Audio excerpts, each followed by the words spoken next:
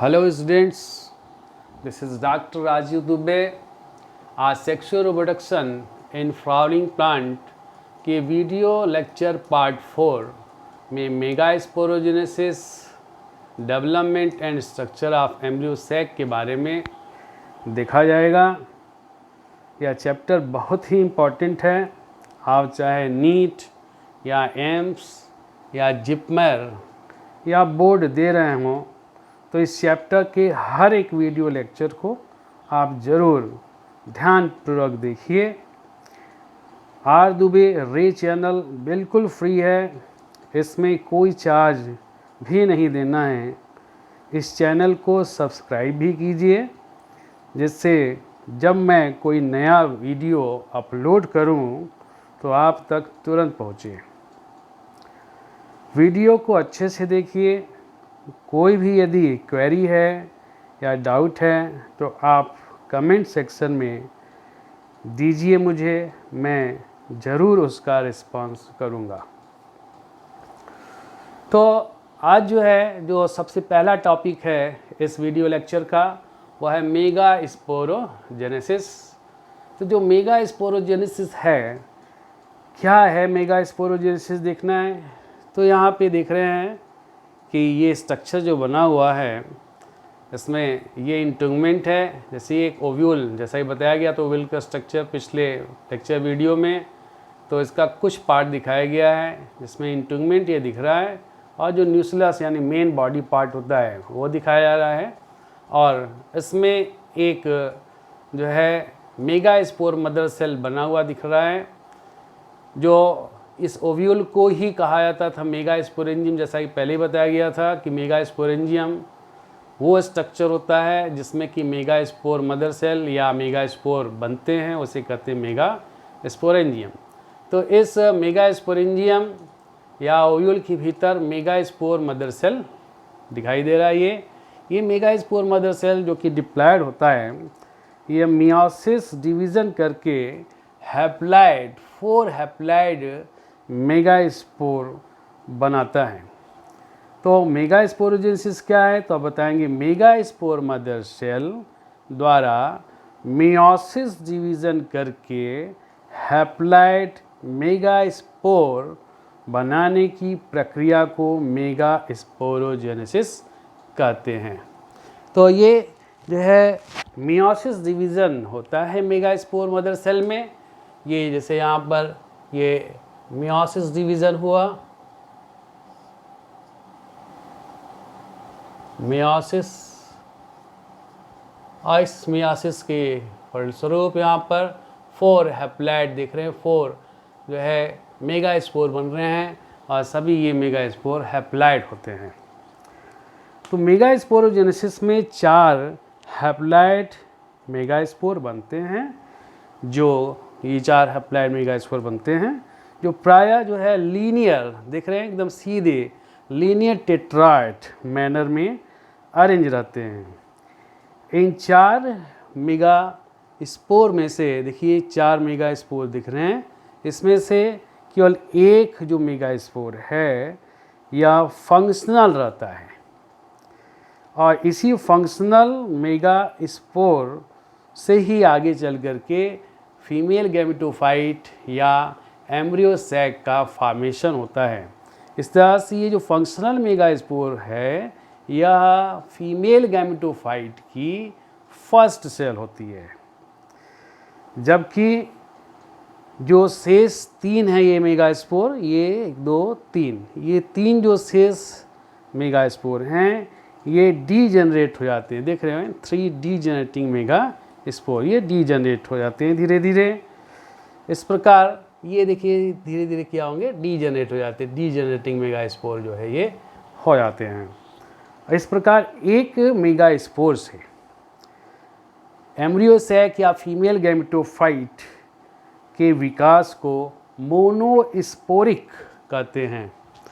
तो monosporic means एक functional megaspore है और इससे फिर जो है बन के आ रहा है फीमेल गैमेटोफाइट, या इसी को कहते हैं एम्ब्रियो सैक कहा जाता है, फीमेल गैमेटोफाइट। और इस पर ये जो प्रोसेस है ये है क्या, मोनोस्पोरिक टाइप डेवलपमेंट जो है फीमेल गेमेटोफाइट का होता है। तो आगे जो है आप development and structure of embryo sac को देखना है।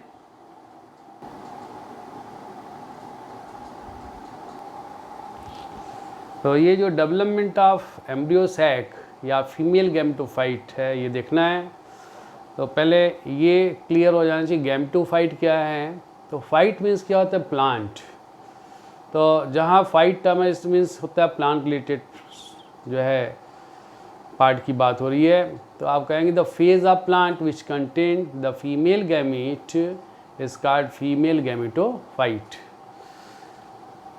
और इसी तरह embryo sac, the structure which contain the embryo is called embryo sac. तो ये चाहे एम्ब्रियो सैक है या फीमेल गैमेटोफाइट या हैप्लॉइड फेज होती है प्लांट की, जो फीमेल गेमेटोफाइट या एम्ब्रियो सैक का डेवलपमेंट है एंजियोस्पर्म में किस तरह से होता है ये देखना है। तो जैसा कि अभी पहले भी बताया गया था कि एम्ब्रियो सैक या जो फीमेल गेमेटोफाइट है इसकी जो फर्स्ट सेल होती है इसको कहते हैं मेगास्पोर कहा जाता है, जो कि हैप्लॉइड होती है। तो इसकी जो फर्स्ट सेल है फीमेल गेमेटोफाइट की वह चूँकि हैप्लॉइड है इसलिए इससे बनने वाले जितने भी सेल होंगे सब के सब हैप्लॉइड होंगे। तो ये भी क्वेश्चन पूछा जाता है कि जैसे फीमेल गेमेटोफाइट की सेल्स का नाम दे देता है और पूछता है हैप्लॉइड या डिप्लॉइड, तो जो भी उनकी सेल्स होंगी वो हैप्लॉइड होती हैं फीमेल गेमेटोफाइट की। तो यहाँ पे जो मेगास्पोर है इसमें फ्री न्यूक्लियर डिवीज़न शुरू हो जाता है। और यहाँ पे जैसे पहला फर्स्ट फ्री न्यूक्लियर डिवीज़न हुआ जस्ट माइटोसिस की तरह होता है, तो यहाँ पे दो न्यूक्लियस बन जाते हैं, दोनों अपोजिट पोल की ओर चले जाएंगे। एक न्यूक्लियस है इसका, तो जिसमें जब फर्स्ट न्यूक्लियर डिवीज़न होगा तो दो न्यूक्लियस बनेंगे और दोनों अपोजिट पोल की ओर चले जाएंगे। एक इस पोल की ओर चला गया और दूसरा सेकेंड पोल की ओर चला गया। जैसे ये जो पोल था ये पोल मान सकते हैं चैलेजा वाला एंड है, जैसे यहाँ चैलेजल एंड हो गया और चैलेजल एंड इधर ऊपर की ओर हो गया और नीचे की ओर क्या माइक्रोपाइल एंड हो गया। फिर इसके बाद दोनों जो न्यूक्लियस हैं अपने अपने पोल के, इसमें सेकेंड जो है फ्री न्यूक्लियर डिवीज़न होता है। इस तरह से इसमें जब डिवीज़न होगा तो यहाँ पे दो न्यूक्लियस बन गए और इसमें जब डिवीज़न होगा तो यहाँ पे दो डॉट न्यूक्लियस बन गए। फिर ये दोनों जो न्यूक्लियस हैं फिर ये यहाँ पे भी फ्री न्यूक्लियर डिवीज़न होगा, इसका भी फ्री न्यूक्लियर डिवीज़न होगा। तो इस तरह से दो से कितने हो गए, चार बन गए। इसी तरह से इस पोल में भी इस न्यूक्लियस से भी जब डिवीज़न होगा दो न्यूक्लियस बनेंगे, इससे भी डिवीज़न होगा दो न्यूक्लियस बनेंगे। इस तरह से इस पोल में चार न्यूक्लियस बन गए, यानी दोनों पोल की ओर जो है चार न्यूक्लियस बन रहे हैं। एक इस पोल की ओर चार न्यूक्लियस बन गए और इधर भी चार न्यूक्लियस बन जाते हैं। अब दोनों पोल के जो एक एक न्यूक्लियस हैं ये सेंटर की ओर आते हैं। देखिए ये इधर की ओर, ये नीचे की ओर चला आया, सेंटर की ओर आ गया, ये ऊपर की ओर आकर सेंटर की ओर आया। तो इस तरह से ये जो न्यूक्लियस सेंटर में आ रहे हैं इनको कहता है पोलर न्यूक्लियाई, क्योंकि ये पोल से अपोजिट पोल से होके आए हैं इसीलिए इनको पोलर न्यूक्लियाई कहते हैं। तो ये जो है एम्ब्रियो सैक या फीमेल गेमेटोफाइट बन रहा है, इसमें टोटल नंबर आप जो न्यूक्लियस देख रहे हैं वह 8 न्यूक्लियस है। ये क्वेश्चन पूछा जाता है कि फीमेल गेमेटोफाइट में कितने न्यूक्लियस होते हैं या फीमेल गेमेटोफाइट में कितने न्यूक्लियस ये कैरी करता है, तो आपका आंसर होता है 8 न्यूक्लियस। 8 न्यूक्लिएटेड जो है फीमेल गेमेटोफाइट या एम्ब्रियो सैक होता है। अब इसके बाद इस पोल जैसे जो चैलेजा वाला पोल है, चैलेजल एंड की पोल की जो न्यूक्लियस है इनके चारों फिर जो है सेलुलर प्लेट्स बन जाते हैं, सेल वॉल बन जाता है। इस तरह से 3 यहाँ पर सेल्स बन जाती हैं। इन सेल्स को कहते हैं एंटीपोडल सेल्स कहा जाता है। इसी तरह से जो माइक्रोपाइल एंड है इस और जो सेल्स बनती हैं 3 सेल यहाँ बन जाती हैं, इनको एग एपरेटस कहते हैं। इस एग एपरेटस में एक जो है एक सेल होता है और 2 जो है सिनर्जिड्स होते हैं और एक जो है सेंटर में एक बड़ा सा जो है यहाँ पर सेल बन जाता है, इसको कहते हैं सेंट्रल सेल। इस तरह से टोटल 7 सेल हो जाते हैं, 3 एंटीपोडल सेल, एक सेंट्रल सेल और 3 जो है एग apparatus की सेल्स हो जाती हैं, जिसमें कि एक सिंगल एक सेल होती है, 2 सिनर्जिड्स होती हैं। तो जो एम्ब्रियो सैक है या फीमेल गैमेटोफाइट है, ये जैसे एक फीमेल गैमेटोफाइट हो गई, तो ये जो है एक पतली पैक्टिन और सेलुलोज की मेम्ब्रेन से ढकी होती है। और एम्ब्रियो सैक के अंदर जो है जनरली 7 सेल्स होती हैं। देख रहे हैं 3 जो है एंटीबॉडल सेल्स, एक सेंट्रल सेल और 3 जो है एग apparatus की सेल्स होती हैं। जो सेंट्रल सेल होती है ये सबसे बड़ी होती है और सेंटर में या मध्य में होती हैं। और 3 जो माइक्रोपाइल एंड की ओर जो सेल्स होती हैं इनको ये जो 3 माइक्रोपाइल एंड की ओर जो सेल्स होती हैं इनको एग apparatus कहा जाता है। और जो चैलेजा एंड की ओर जो 3 सेल है इनको कहा जाता है एंटीपोडल सेल। और जितने भी सेल्स हैं ये आपस में जुड़ी होती हैं, प्लाज्मा डेस्मेटा के थ्रू जुड़ी होती हैं। प्लाज्मा डेस्मेटा के थ्रू ये आपस में जुड़े होते हैं। ये प्लाज्मा डेस्मेटा के थ्रू जो है आपस में जुड़े होते हैं। तो एक स्ट्रक्चर देखा जाता है। अब आगे जो है देखेंगे हम लोग जो है उसका पूरा एम्ब्रियो सैक का एक डिटेल स्ट्रक्चर देखते हैं इसको। तो ये है एक डिटेल स्ट्रक्चर एम्ब्रियो सैक का, या इसी को कहते हैं फीमेल गैमेटोफाइट। और इसमें जो है जो फीमेल गैमेटोफाइट है या एम्ब्रियो सैक है, इसमें मेन जो सेल्स होती हैं वो 3 तरह की होती हैं। एक होता है एग apparatus, दूसरा होता है एंटीपोडल सेल्स और तीसरे होते हैं सेंट्रल सेल। तो इसको डिटेल में देखते हैं एक एक करके। जो एग apparatus है यह एम्ब्रियो सैक में माइक्रोपाइल एंड की तरफ पाया जाता है। जैसे ये क्या है माइक्रोपाइल एंड, इधर क्या है चैलेजा एंड, ये चैलेजल एंड हो गया, और ये क्या है माइक्रोपाइल एंड। याद होगा जो स्ट्रक्चर था क्या कहते हैं कि एक ओव्यूल का, मेगास्पोरेंजियम का, तो ये स्ट्रक्चर इस तरह से लगभग ऐसे स्ट्रक्चर था। यहाँ जो है इंटरमेंट वगैरह थे। तो ये जो एंड था माइक्रोपाइल एंड की ओर एग apparatus पाया जाता है। ये क्वेश्चन भी पूछता है मेडिकल एंट्रेंस वगैरह में कि जो एग apparatus है वह किस एंड की ओर होंगे, तो आंसर होगा माइक्रोपाइल एंड की ओर जो है ये एग apparatus होते हैं। और एंटीपोडल सेल्स किधर एंड किस एंड की ओर होंगे, जो जिसको कहा जाए मेगास्पोरेंजियम या ओविल के किस एंड की ओर होंगे एंटीपोडल सेल्स, तो आंसर होगा चैलेजा एंड की ओर जो है एंटीपोडल सेल्स होते हैं। तो देखते हैं एग apparatus के बारे में कि ये जो है माइक्रोपाइल एंड की तरफ पाए जाने वाला 3 सेल्स का एक ग्रुप होता है, समूह होता है। और इसके मध्य में बिल्कुल यहाँ पे मध्य में देख रहे हैं एक सेल होता है और लेटरल साइड में 2 सिनर्जिड्स होते हैं, 2 सिनर्जिड सेल्स होते हैं लेटरल साइड में। ये देख रहे हैं 2 लेटरल साइड में जो है सिनर्जिड सेल्स होती हैं। और ये जो सिनर्जिड सेल्स हैं इनको हेल्पिंग सेल भी कहा जाता है। एक सेल जो है, ये जो एक सेल है इस सिनर्जिड सेल से बड़ी होती है। जैसे सिनर्जिड सेल्स हैं तो छोटी होती हैं, और एक सेल क्या है यहाँ से जैसे स्टार्ट हुआ है ये काफ़ी बड़ी होती हैं, सिनर्जिड सेल्स के बड़ी होती हैं।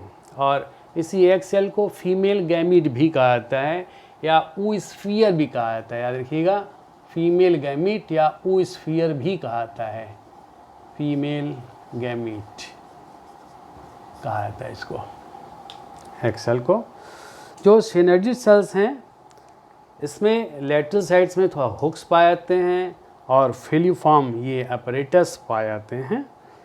तो ये जो फिलीफॉर्म apparatus है होता क्या है, कोई सम टाइम क्वेश्चन पूछा था व्हाट इज़ फिलीफॉर्म apparatus, तो बताएंगे अ filiform apparatus is a mass of finger like projection. ये देख रहे हैं फिंगर लाइक प्रोजेक्शन दिखाई दे रहा है। It is a mass of finger like projection of the wall into the cytoplasm. और ये जो फिलीफॉर्म apparatus है एक्चुअली जो है ये हेल्प करता है पॉलन जो ट्यूब है इसको एक पाथ प्रोवाइड करता है, फिलीफॉर्म अपरेटस सिनर्जिस में आने के लिए एक पाथ प्रोवाइड करता है जिससे कि पॉलन ट्यूब इसके भीतर एंटर कर सके। याद रखिएगा ये चीज़ भी कि जो सिनर्जिड सेल हैं, 2 सिनर्जिड सेल्स हैं, तो जब फर्टिलाइजेशन होना होता है तो उस समय क्या है, पॉलन ट्यूब भीतर आता है, तो पॉलन ट्यूब के भीतर आने के पहले एक सिनर्जिड सेल जो है डीजनरेट कर जाती है, और जब जो दूसरी सिनर्जिड सेल्स हैं ये आफ्टर जब पॉलन ट्यूब इसमें एंटर कर जाता है तो जो मेल गैमीट होता है पॉलन ट्यूब के भीतर उसको रिलीज़ करने के लिए फिर ये वाली जो सिनर्जिड सेल्स हैं वो फिर बाद में डीजनरेट कर जाती है।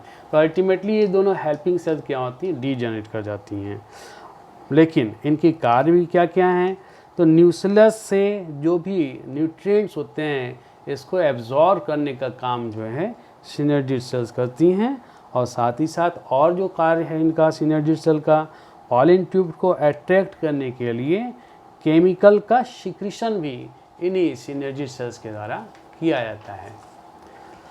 अब आगे देखते हैं एंटीबॉडल सेल्स के बारे में। तो ये जो है एंटीबॉडल जो सेल्स हैं ये एम्ब्रियो सैक के किस एंड की ओर होंगे, तो आता है हम बताएंगे आप चैलेंजर एंड की ओर। एंटीबॉडल सेल्स एम्ब्रियो सैक के मीन्स जो एंटीबॉडल सेल्स है वह जो मेगास्पोरेंजियम या ओव्यूल है उसके चैलेंजा एंड की ओर पाई जाती है, और इसमें 3 सेल होती हैं, 3 एंटीबॉडल सेल्स देख रहे हैं, 1 2 और 3 एंटीबॉडल सेल्स पाई जाती हैं। और ये एम्ब्रियो जो सैक है इसकी वेजिटेटिव सेल होती हैं, यानी फीमेल जो गैमेटोफाइट है इसकी वेजिटेटिव सेल्स जो है एंटीबॉडल सेल्स होती हैं। और न्यूक्लियस से जो न्यूट्रिएंट्स हैं उसको प्राप्त करने में भी काफ़ी जो है सक्रिय योगदान देती हैं, और उसके बाद एंटीबॉडल सेल्स भी बाद में डीजनरेट कर जाती हैं।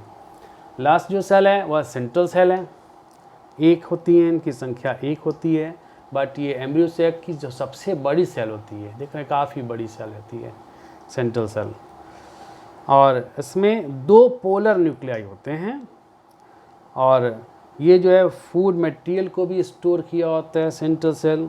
तो इस तरह से सेंट्रल सेल में 2 पोलर न्यूक्लियाई होते हैं और फूड मटेरियल्स पाए जाते हैं। दोनों पोलर जो न्यूक्लियाई हैं बाद में फ्यूज़ कर जाते हैं, और फ्यूज़ करके जो है ये एंडोस्पर्म का फॉर्मेशन करते हैं। ये एंडोस्पर्म